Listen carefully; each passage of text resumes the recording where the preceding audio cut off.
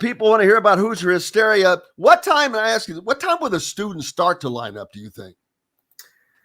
My guess is the students will start lining up. The students and the fans will start lining up pretty early in the morning. We're Because I'm thinking about doing the show out there. I'm like going, if yeah, they're out there, yeah, if they're out there lining up, I'm like, I'm gonna be out there drinking coffee with them. So there's food.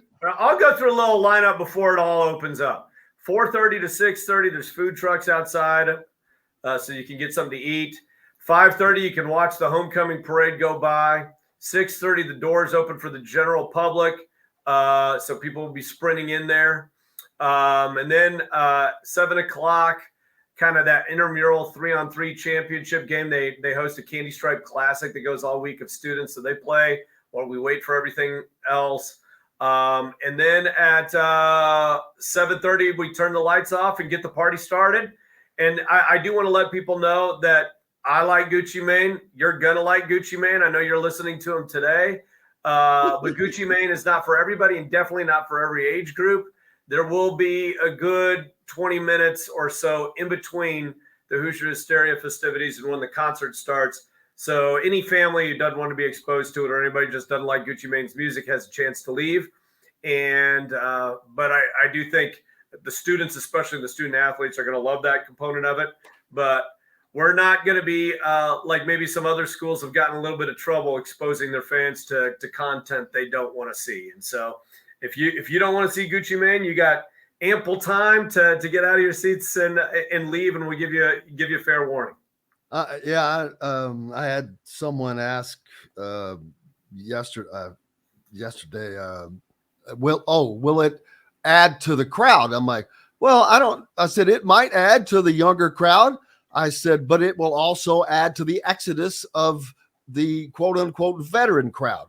So it's a swap off, which it doesn't matter. I said this, and I also said is this day is for the students, the student athletes, the recruits. I said, you get 20 games of the IU pep band playing your old fashioned songs. So, you can deal with some Gucci Mane for a day, man. I'm like open. I'm like, wear the black uniforms and have Gucci Mane. I don't care. Just have fun. I want fans from age 6 to 96. Let's go. Hey, you never know. There might be some for all of them. What is exciting for you for this year for Hoosier Hysteria? Every year there's always some surprises. One thing I have not asked anyone, and I guess this is not something you could probably say if it was, but I think it's going to be a good night for Indiana. Yeah, I do think both programs have pretty substantial recruiting momentum. I think the perception of both programs, both of our fan base, as well as potential recruits, I think Indiana is becoming a cool place to be. And that is a hard thing to get. And I think Indiana basketball, both on the men's and women's side, has it. The one thing about IU, if you're the 11th guy on the team, you're still famous walking around campus here. That is not true at 99% of college basketball programs. And one thing that's been especially heartening for me as somebody who used to call the women's basketball games back in the day is Mackenzie Holmes gets stopped on her way to class every single day. We've got stars here, and it's a night for the stars to shine.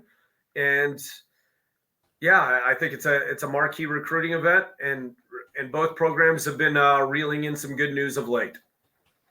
Absolutely. Again, Indiana lands Liam McNeely's commitment last week, and they're waiting for others to fall, and they're in line for potentially, if things go right, they could have the number one recruiting class in the country, and that's something that has not happened in the modern rankings age. But it's just been a positive progression for Indiana. Of course, the fans will tell you, and I'll say it. They have to go further in the NCAA tournament this year. It goes with that. Same for the women. Oh my God, that would if I was on that team, I would still be so damn mad. It would just drive me insane. An important thing about Indiana is that it matters. And so you probably noticed this working with me. I've never once sent you a message when you've been critical of one of our teams, ever. Not one time. And it's because there's a burden of expectation when you play at a school like Indiana, and that comes with the territory. And I know that Mike Woodson, as well as the players, want to go further in the NCAA tournament. And I think a great sign of health for the women's basketball program is they're no longer this cute story. People are questioning, why don't we come off that ball screen better? How can you not double team in this situation? It's like we got real fans, like fans that are happy when you win and mad when you lose. That means the program has arrived, part of it, I think, is because they remind you of some of the men's teams, of not comparing men and women. I'm just saying the teams themselves are kind of like the old time men's teams, just gritty, grimy, fighting. McKenzie down low, where it's the guards banging. Everybody can shoot. Everybody can shoot on that damn team. Every one of them. It's like, gee whiz. I think, I'm not giving a preview of men's basketball, but they're going to shoot better than recent versions of the team. So I'm excited to see that. I think everybody is. And I'm going to say for three a lot on the mic this year. Yeah. And if you don't know, Jeremy is also the PA announcer, taking over for longtime legend Chuck Crabb. Has it just been 1 year now, or a year and a half? I guess I should say. So, are you in your third season? 1.2 years. I've been doing it for 1.2 years. Yeah. How much fun is that for you? Jeremy's a former television sports anchor, like myself, by the way. So it was a lot of fun. I actually had no intention of pursuing it. It was just at the end of that year. And I was available and could do it. And really, some players came up to me, and then my kids actually came up to me and they said, I'd like you to do it. And I'm like, well, I'll be interested in doing it. And so it worked out that way. It was pretty fun to have two teams win, 96% of our home games last year between the two teams.